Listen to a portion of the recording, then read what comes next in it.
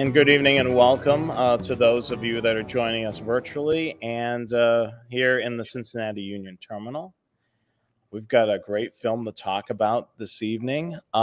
First of all, we'll start with a question to you, Stephen.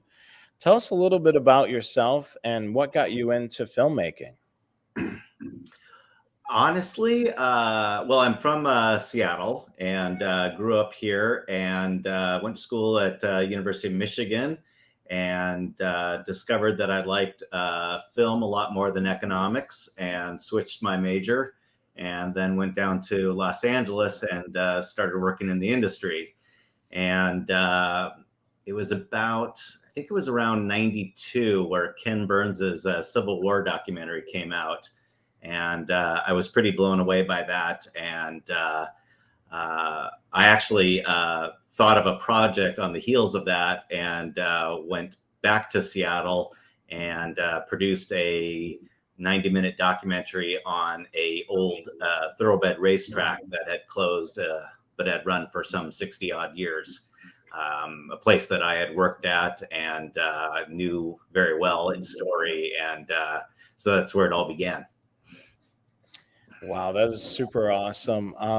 This seemed like a amazing project that you worked on with the documentary. Let's show the trailer first, and then what we'll do is we'll get into the interview so everybody can see the work that you've put together in the story of James J. Hill. So let's take a look at this documentary right now. The Iron Horse symbolized the very essence of America: opportunity, progress, and the spirit of westward expansion. It also represented unbridled capitalism and forever altered the way of life for America's indigenous people. I look back at it and I think it's amazing we survived it all sometimes. The railroads were the glamour industry of their day. They worked a paradigm shift, really, in the American economy, where we worked, how we worked. The train, of course, helped turn the American wilderness into civilization. It helped the rise of industry, corporations. They're a vital part of the industrialization of America, as well as the settlement of it. In an era in which 4 railroads already spanned the North American continent, James J. Hill took on the unthinkable task of building his own transcontinental railway, and he would do so largely without the aid of federal land grants. It is a huge undertaking. He launches these construction crews, thousands of men, animals, supplies, in a record-breaking race across the Great Plains. He was driven. I mean, you couldn't do these things unless you were driven. He was known as the Empire Builder and the Devil's Curse. Streets, towns, and counties were named in his honor, along with a persistent and invasive weed. He was mythologized in novels and was the subject of folk songs and Union battle cries. He had unlimited energy. He was as stubborn as the day is long. He had a temper. Every now and then he would fire somebody, and then the next day, why didn't you go to work today? Well, you fired me yesterday. That arrogance, supreme arrogance, is just fascinating. He would do more to transform the northern tier of the United States than any other individual. In the process, native tribes were displaced from their homelands to make way for immigrants and homesteaders. It's a matter of capitalism versus spiritualism. Wherever he pointed his line, new towns emerged and countless others prospered from the economic boon. And that's what Hill referred to. He said, some people build great monuments. This railroad is my monument. He was a catalyst for the agriculture, timber, and mining industries of the West, and did more to open new markets in Asia than anyone of his generation. He was thinking globally. That's what makes him truly a transportation genius. Over time, he recognized the impact the railroads had on the nation's natural resources and became a leading advocate for the environment. At the helm of his empire, he weathered economic panics and staggering recessions, guiding the only transcontinental railroad to go unscathed by bankruptcy. He battled labor unions and industry titans, fought back hostile takeovers, and tested the limits of how big a corporation could be. Hill was not above using his power. He liked a good turf fight. It allows you to see capitalism in the raw. What is fair and what is unfair? How big can a company be before perhaps it poses a danger? Hill was a giant of his time in his vision, in his execution, and certainly in the public eye. He knew he wasn't just building a railroad. The railroad was the lifeblood to an empire. I think what he did can only be described in one word: audacious. Audacious in boldness, in visionary thinking, in master planning. He not only changed trade, he changed the way the world worked. There absolutely was no equal.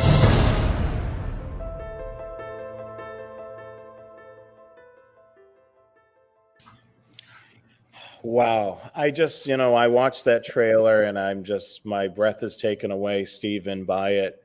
And I've watched the whole series. It's a total of 4 hours.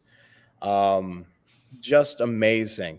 Now, the question I want to ask you, why James Hill? Why did you decide to do this documentary and what got you into doing this amazing story of James Hill? I was working on a documentary in 1996 on a local electric line here, the Seattle-Tacoma Interurban Railway. And the fellow that I was interviewing, I asked him what another railroad story or favorite of his was, and he mentioned the Great Northern. So I had no idea who James Hill was at the time. And I went into it thinking that this was going to be a classic robber baron story of unscrupulous deals and backroom shenanigans and whatnot. And turns out it was sort of just the opposite, that he really stuck out as someone who operated with a lot of integrity. And I just continued to grow in my admiration of him. And, starting this project some 20 years ago, I would keep coming back to it. And I think the true test of a story is when you keep picking it up after putting it down for several years, you get more grabbed into it than previously. That's my cat. And so it was just a long journey, but it was continually filled with an amazement of all different kinds of new facts that I hadn't known before. So yes, distractions along the way were plenty. Yeah, and you didn't do this alone. You actually had a partner that worked on this film, right? Yes. My partner, Kyle Kegley, was the cinematographer for all of this. He was co-editor, co-director, and it's one thing for me to be really inspired by a topic, but then you have to find and convince another of the same. And so his growing interest fed mine, and we kind of just pulled each other along through those many years of production. So this was a long project, 20 years doing this project. And tell us about James Hill. What made him the fascinating character that really allowed you to dig deep into this topic? Well, I think most importantly, this began as sort of a man and his railroad type story. And, it was meant to be maybe an hour and a half. But what we found is that what he was involved with touched upon so many things and events and legislation and regulations between the Gilded Age and the Progressive Era.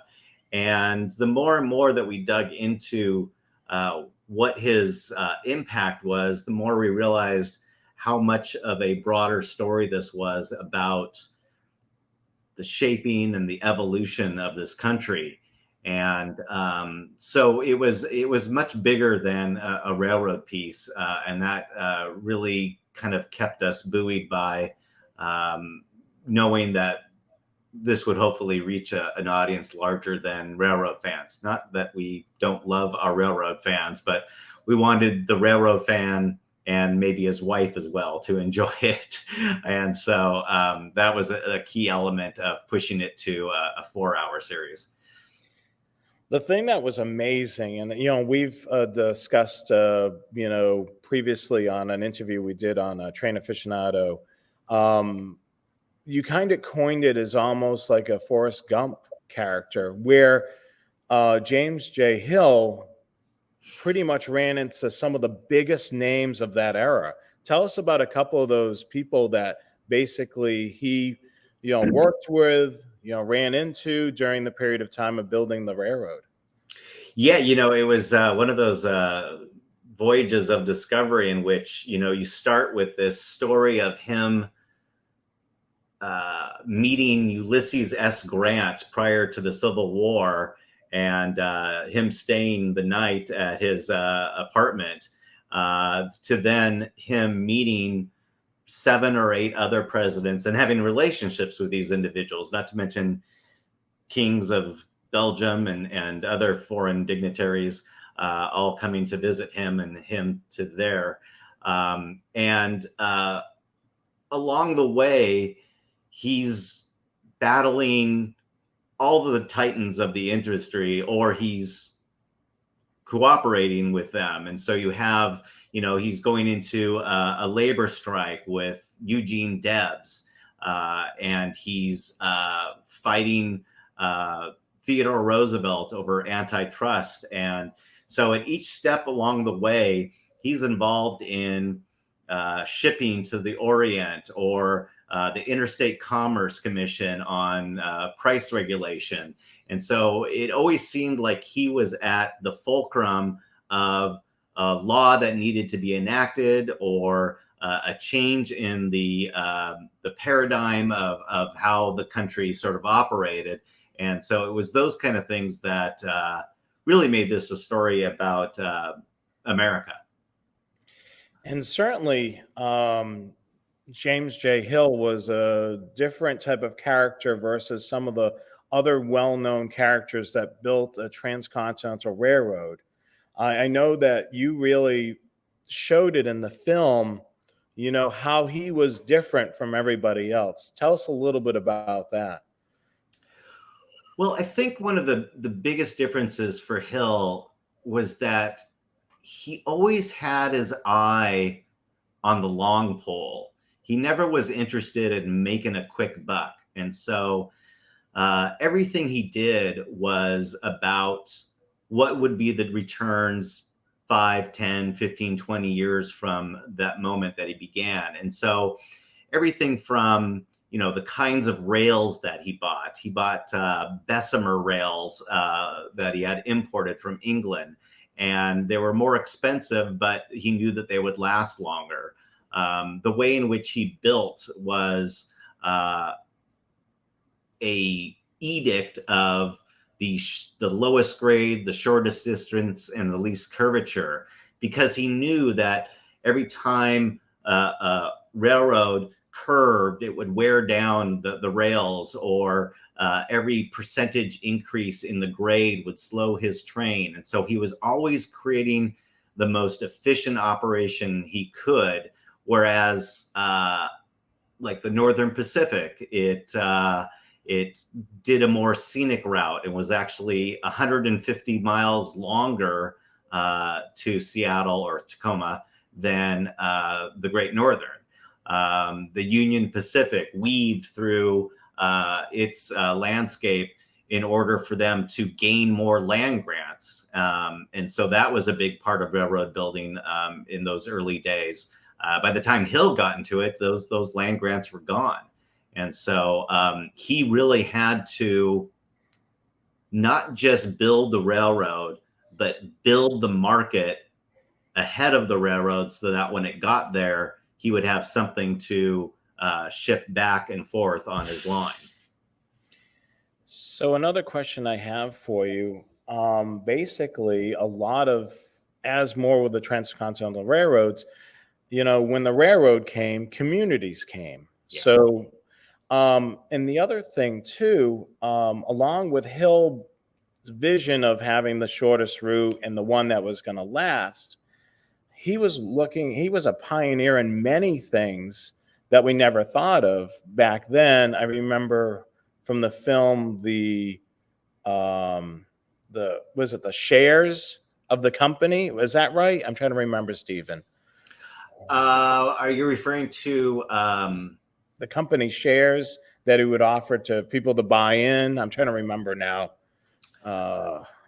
It's funny you mentioned that, because there was a part of the piece, a chunk that we edited out, which was about profit sharing. Yes. Okay. So I'm remembering that from when we talked about what yeah. was the cutting room floor. Yeah. No, he was one of the first, corporate leaders to offer profit sharing to his employees. And he really had it in him to want to better the lives of the people that were loyal to him and to people that entrusted him. I mean, he, one of the biggest efforts that he pursued was in advertising and attracting people to settle in the West.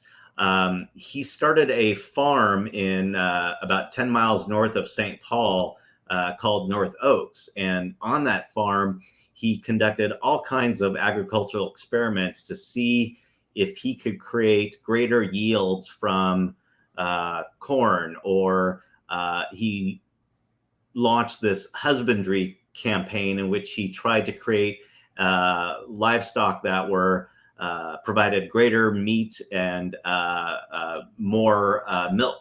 And so he went and he sent people to Europe to buy thousands and thousands of prize purebred cattle and hogs and sheep, and shipped them here to crossbreed with the livestock here. And then he would give these animals away to people on his line with the hopes that they would breed with others and strengthen the breeding of the livestock, and that they would be able to survive the colder temperatures of the north. So he was just extremely connected to the people that he made promises to, that he sent out on his line. And that wasn't the case for hardly any of them, of the railroad owners. And he was very personally invested in that. I mean, all of this was done on his own dime. This wasn't Great Northern money. This was his personal capital. So that's a big distinguishing element. Well, the other thing too is he didn't sit back in an office, from what it seemed. He basically knew, like if somebody told him about an issue on the line, he pretty much knew where that, I know where that is. I mean, he wasn't the typical head of a company that sat behind the desk. He knew what was going on in his line, which is pretty amazing. Can you tell us a little bit about some of the towns that the line ran through, and what towns and cities sprung up because of the Empire Builder?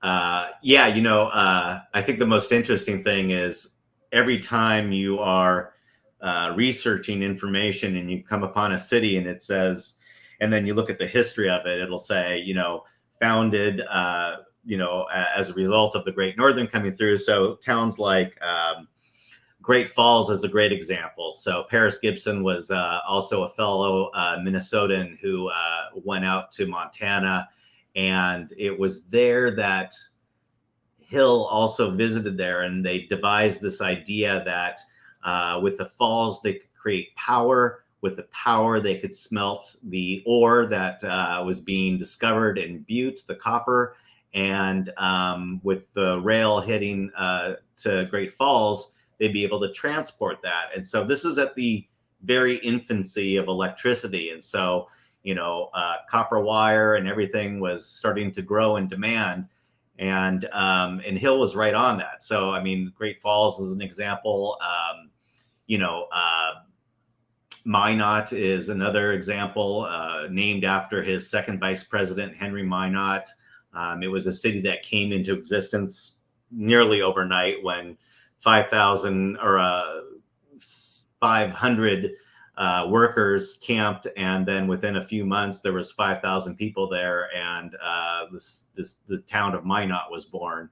And it goes on and on. I mean, if it wasn't born out of the Great Northern, it certainly was buoyed by it. The towns that they grew as a result. Everett is a great example of a town that there was great interest in building it up, and then it entirely died after 1893, the recession, and Hill reinvested in it, and the rest is history. It became, now it's the 4th largest city in Washington, or something to that effect. So there's a great story that you told me about, how you got into starting to make documentaries, and you actually reached out to Ken Burns about having to create a script. Tell us a little bit about that. I did. As I mentioned, when I found out that this racetrack that I grew up working at closed, I came back to Seattle from Los Angeles to work on this documentary. And, I was a kid out of college and didn't know the first step in producing a documentary. And so I actually wrote Ken Burns and said, I've never seen a documentary script. And within a couple of weeks, he sent me a script for his Statue of Liberty documentary. And that's how I was winging it then. But I've since met him a couple of times. And so that's been a great moment to be able to, meet one of your idols. That is amazing. Just to think. So you sent that letter out, and were you not expecting to hear anything, or? And yeah, you must have been floored when you got that script from him. Oh yeah, no, I mean, I still have it to this day. I mean, it just basically sort of gave me a framework in which I was able to at least look at it and go, oh, okay, I see how this comes together, and so really kind of set me on my way. So, is this, out of all the documentaries that you've done so far, is this the longest documentary that you did at 4 hours? Yes, by a factor of 2.5. Wow. Most of the pieces I've done have been hour and a half. And so this one,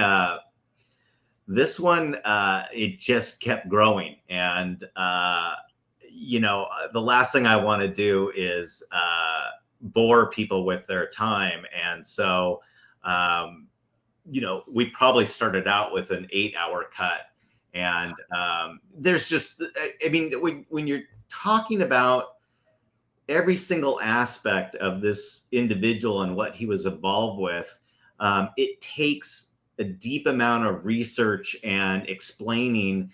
And it just is, it's not just how do you get a railroad from A to B. It's what he did behind the scenes in order to get right-of-ways, or who he battled in order to,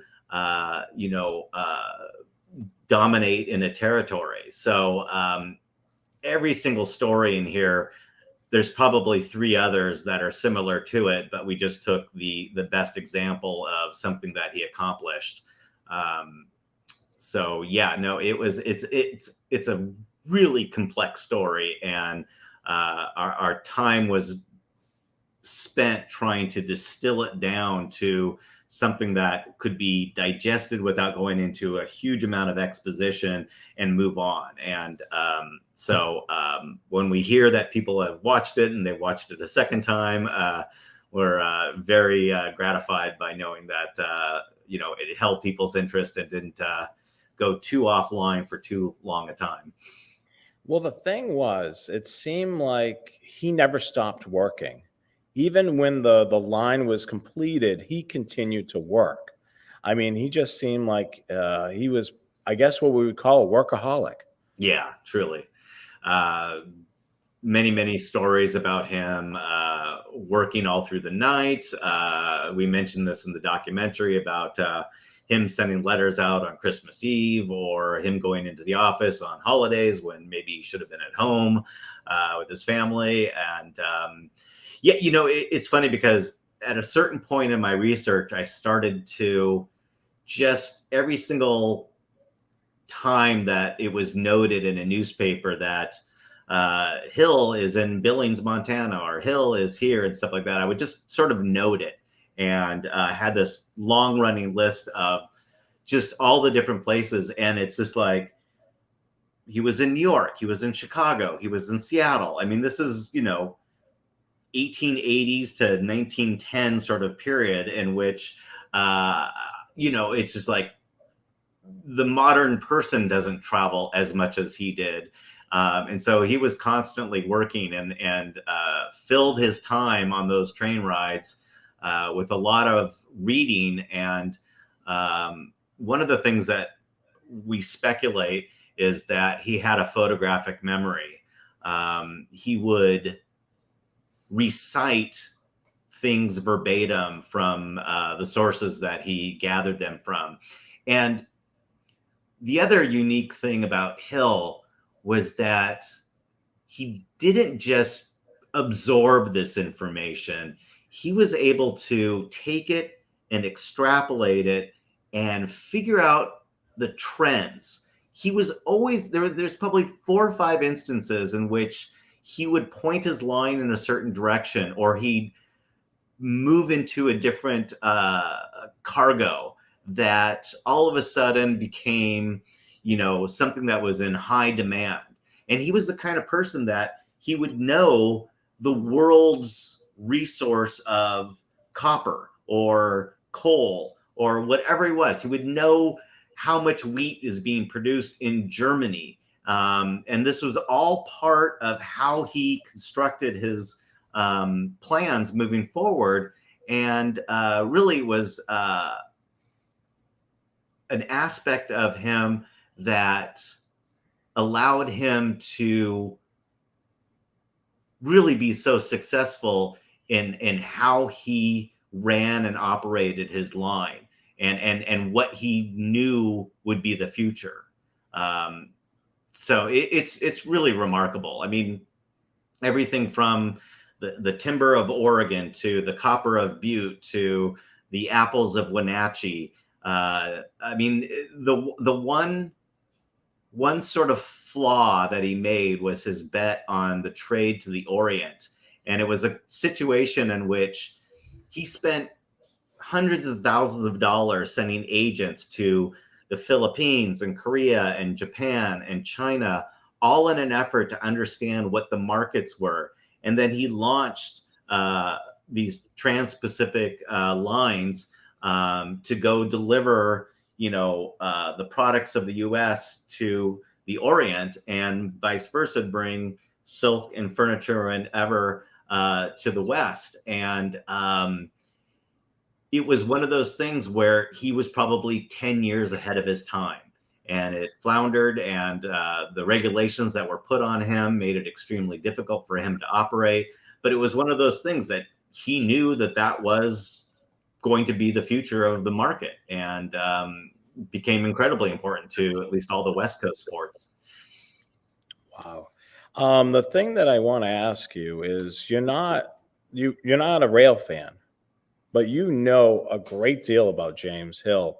I'm sure that you kind of look at the railroads and trains differently now after doing, of course, this documentary, and you also did another documentary about a railway streetcar, right? Correct. Yeah. Yeah. So tell us first part of my question is, do you look at the railways differently now that you've done all this research on James Hill? It's hard not to. There's a deep and profound respect I have for the railroad industry. And there are places that I go to on a daily basis that I used to think of as an eyesore, to be honest. Rail yards that are on the way into downtown Seattle. And then I realized, you know, what role they played in building up the city of Seattle and the country. And it's one of those things where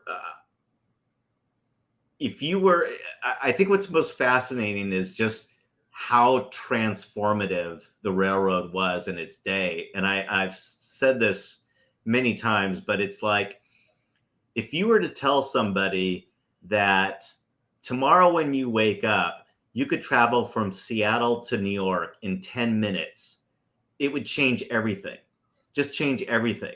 And that's essentially what he did when the railroad, not just Hill, but when the railroad shrunk that time and that distance from 6 months to 4 days.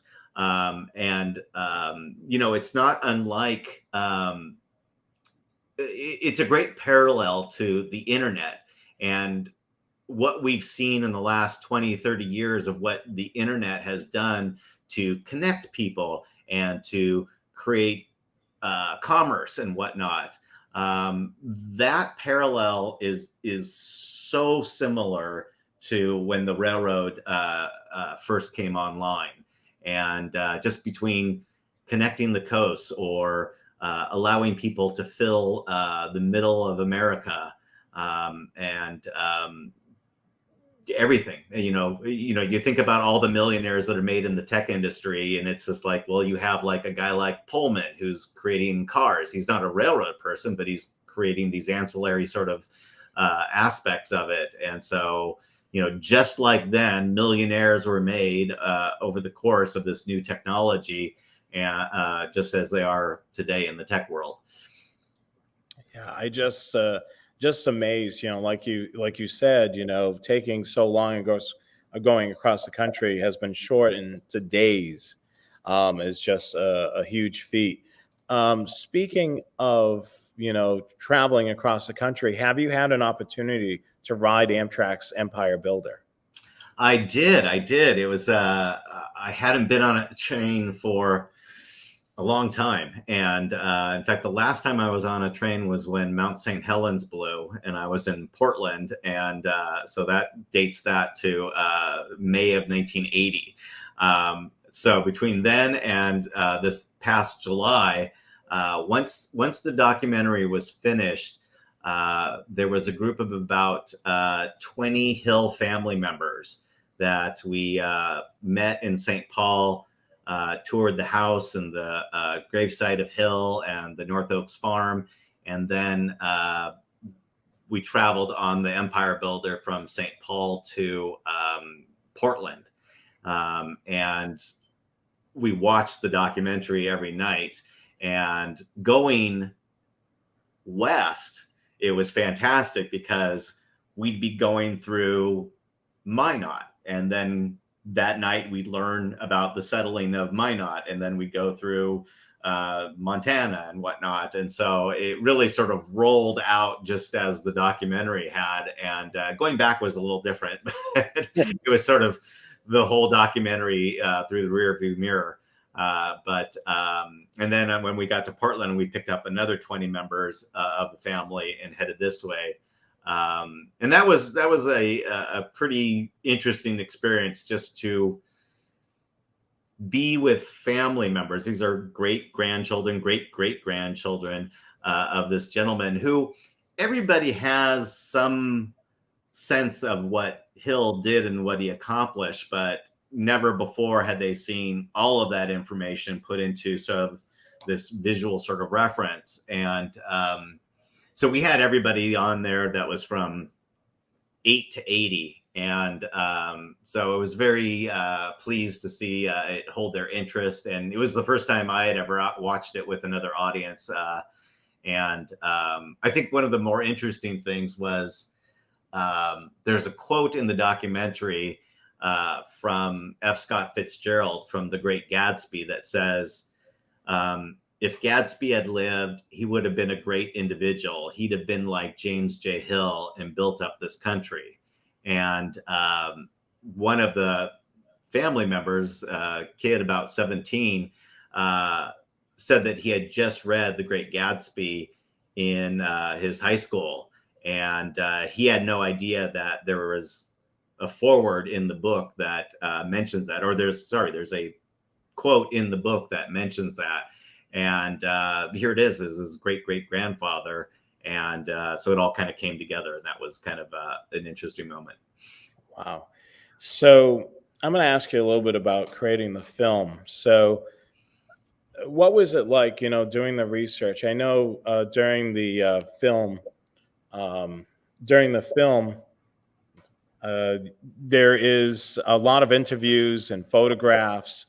How much research and time just compiling that stuff did it take?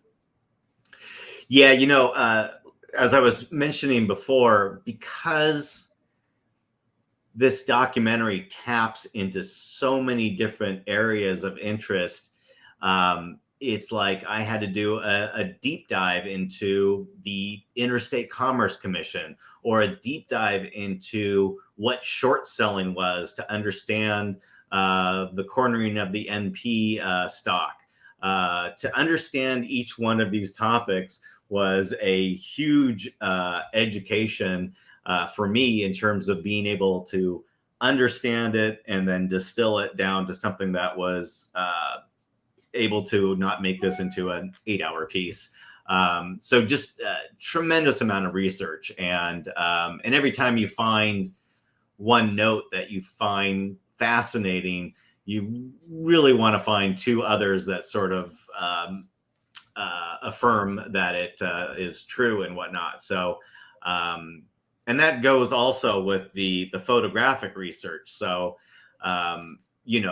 understanding that my audience is extremely bright and knows their railroads. The last thing I wanted to do was show a 1910 locomotive in 1880. So great pains were taken to ensure that we were relatively in the ballpark. I'm sure I might get dinged for a couple here and there, but for the most part, making sure that the images were accurate to their time was sort of a second layer of research that was its own sort of rabbit hole of research. So where can people pick up the film? How would they purchase it? Are they able to rent it or stream it? We are starting to get it out into retail outlets and different museums and stuff. But for the most part, on our website, greatnorthernfilmworks.com, we have it available. We still are running a 50% off discount right now that will probably go through January. And we're also looking at libraries. We started to open that door, and by and by we're starting to get more press coverage, and I'm hoping that one day we'll be able to knock on the door of a Netflix or Hulu and whatnot, and have it be broadcast through those streaming platforms. So you've created other documentaries. Tell us a little bit about the other railroad themed documentary and what that's about. The one that I produced was on a railroad or an interurban line that ran from Seattle to Tacoma. And it was, the stories that I've done have primarily been about an individual who said, I can do this, and bucked all sort of forces and succeeded. So that was an interesting research project. And the other ones include, we did a piece on the, if anybody's ever been to Washington, they may have visited Snoqualmie Falls, which is a beautiful, beautiful site. But just at the infancy of electricity, a fellow from Chicago came out and saw the falls and thought that he could build a hydroelectric plant. And so it's an amazing story of a fellow who basically came out to Seattle and dug a cavern that's the size of 2 basketball courts, 270 feet into the shoulder of a waterfall, and had these turbines shipped in from the east, and then strung lines from Snoqualmie to Seattle and Tacoma, 45 minutes away by drive, through forests, and did this all in the span of 16 months. So it's stories like that of just overcoming insurmountable odds, and that I just am drawn to. Wow, I mean, just amazing. So what I want to do is I want to bring in Chris Mayhew back in, and what we're going to do is we're going to open it up to questions to our live studio audience that's right here in Cincinnati, Ohio, at the Cincinnati Union Terminal. So Chris, do you have some questions from our live studio audience? You know, I think we're going to have a couple here soon. And I'll notice George Roos first has a question. Stephen, have you had an opportunity to visit some of the locations on the Great Northern, such as Glacier Park and Sandpoint and Glendive? You'll have to repeat the question. I'll repeat the question. Yeah, Stephen, have you had an opportunity to visit some of the locations on Great Northern, such as Sandpoint and other locations? Yeah, about 2011, we took we traveled as deep into on the Great Northern Line, and just got footage all along the way that we didn't know what we'd use or whatnot, but we ended up making use of it 15 years later. So we got a chance to visit Great Falls and Havre and Whitefish and Sandpoint, I think you mentioned, Wenatchee, and all through Leavenworth and whatnot. And I'm going to ask if anybody else wants to come up and ask a question, to come on up, and we'll have you do it at the microphone. But in the meantime, I had a question, which was, for those of us out there who might not know Great Northern Rail, welcome. Tell us about, where the main starting points, end points of the original route were. Walk us through that state by state, Sure. Just briefly. Yeah, so the Great Northern started in St. Paul, and basically headed west, following the Red River for a little while until it got into Dakota, and then chose sort of a higher line than, let's say, the Northern Pacific. And so it went through Dakota, Montana, through the Rockies, which is a phenomenal story in and of itself, and then through central Spokane, through Wenatchee Valley, and then to popping out around Everett, and then coming south to Seattle. And then later on, there was a line that was constructed, Spokane, Portland, and Seattle Railway, also known as the North Bank Road, traveled from Spokane along the north bank of the Columbia River, and then out to Portland and the Pacific. And then there was the Oregon Trunk Line that ran from the Columbia River in a town called Wistrom and all the way down to Bend, Oregon. And there were other lines that were added, but those were the ones that Hill built, as well as lines up to Vancouver.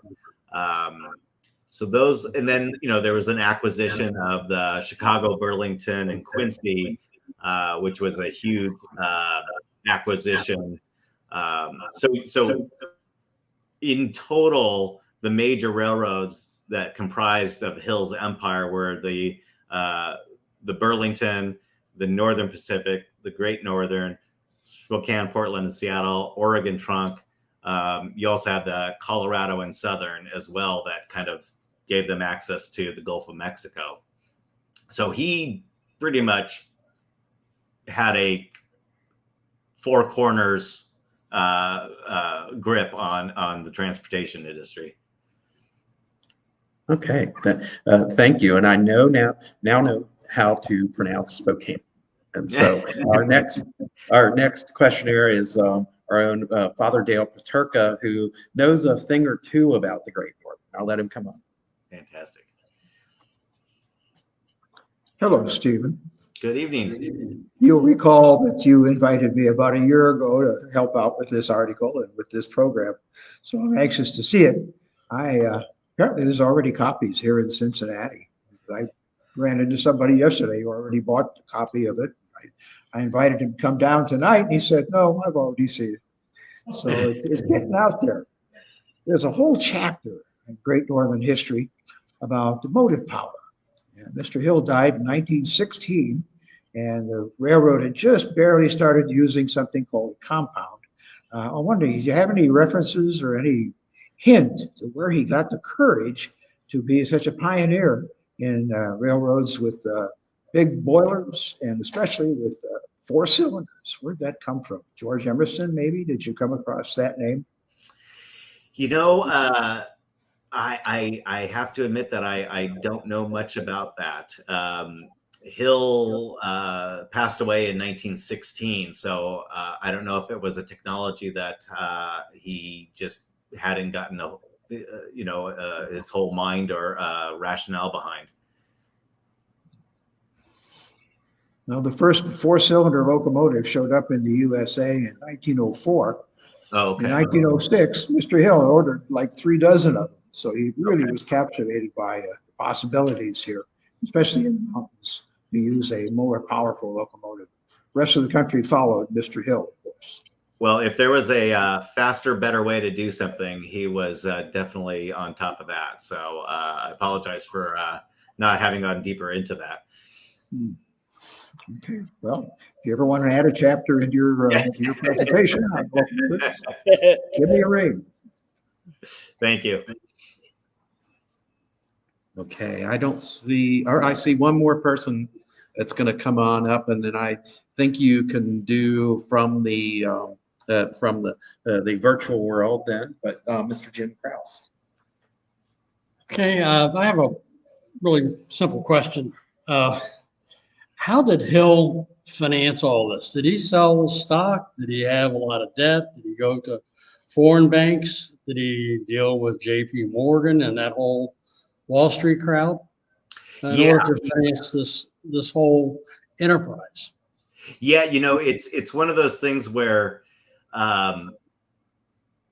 he was really learned in the whole finance world. I mean, you can't do what he did without understanding just the mechanics of the finances.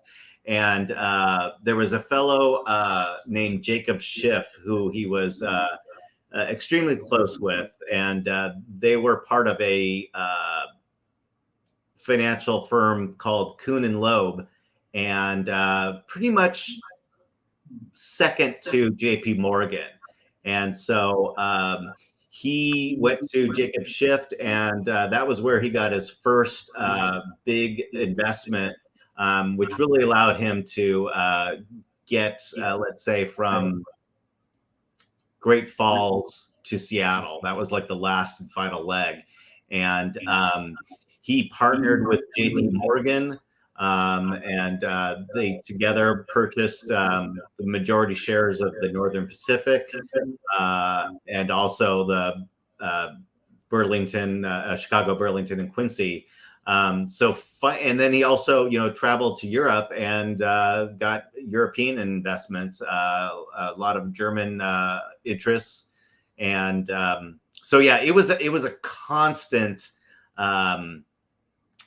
effort to stay ahead of the game in terms of having the finances in order to expand. And I know that he also put an enormous amount of his own money into during the time he was building in Oregon. He was personally putting in like 2/3 of the construction price, construction costs. So I was just going to say that lastly, that,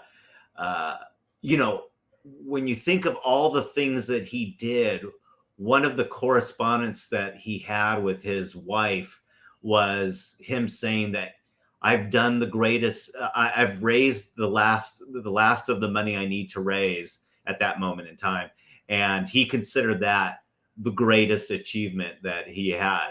And it's, you're putting everything out on the line, and so often they use the term Hill's folly in terms of all the press saying, it can't be done, it shouldn't be done. Why are you building another line when 2 others already exist and whatnot? And so, convincing people to give you their money is one of the most difficult things. And Hill was just stacked with information about what his line would do and how things would unfold, whether it was agriculture or mining interests or lumber. Okay, thank you. Good question. All right. I don't see anybody else getting up from the audience, and I would say we could possibly wrap up with a virtual question, but I would say one last thing. It's almost 9 o'clock here. It's almost 9 o'clock here in Cincinnati. And as we are a nonprofit in the state of Ohio, if anyone wants to give us money, we will gladly take it to stay in Union Terminal and grow in our endeavors. Thank you so much for coming and spending some time with us, Mr. Sayers. Absolutely. It's been a pleasure, and good to not see, but meet all the Cincinnati Railroad fans. Thank you. We'll just wrap up things just for our online audience right now. Thank you, Stephen, once again for joining this evening. We just want to share, of course, tonight's presentation was the evening with the producer of the Empire Builder, the James J. Hill and the Great Northern Railway.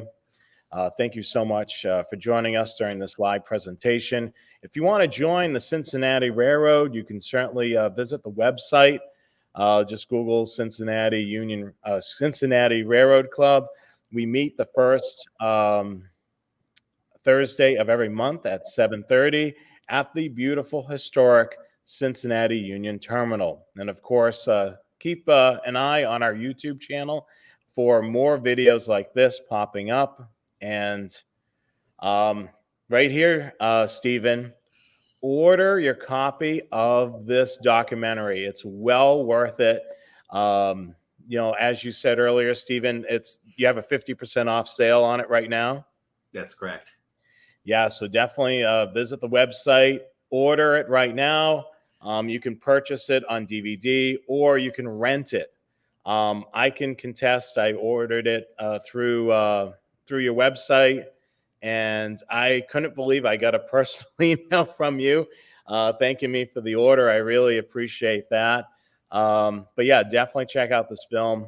And as you said, Stephen, it's going to be an interest to a rail fan, historians, and it's just one interesting story about James J. Hill that everybody will find very fascinating. Terrific. Thank you so much. You're very welcome. If you haven't seen it, make sure you check out the Rail Cam.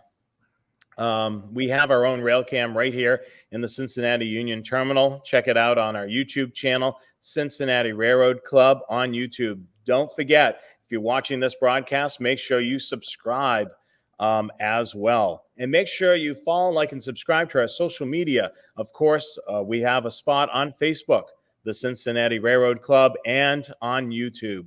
So make sure you do that. And you can learn more about the club by visiting our website on the screen. Once again, Stephen, thank you so much for joining us this evening. We are very happy to have you on. And if you ever decide to do another documentary railroad related, we would love to have you on again. We really appreciate you taking the time. Well, thanks for having me. And yeah, I'm interested to know of other stories. So let me know your favorites. Will do. Thank you so much, Stephen. Thank you, everyone.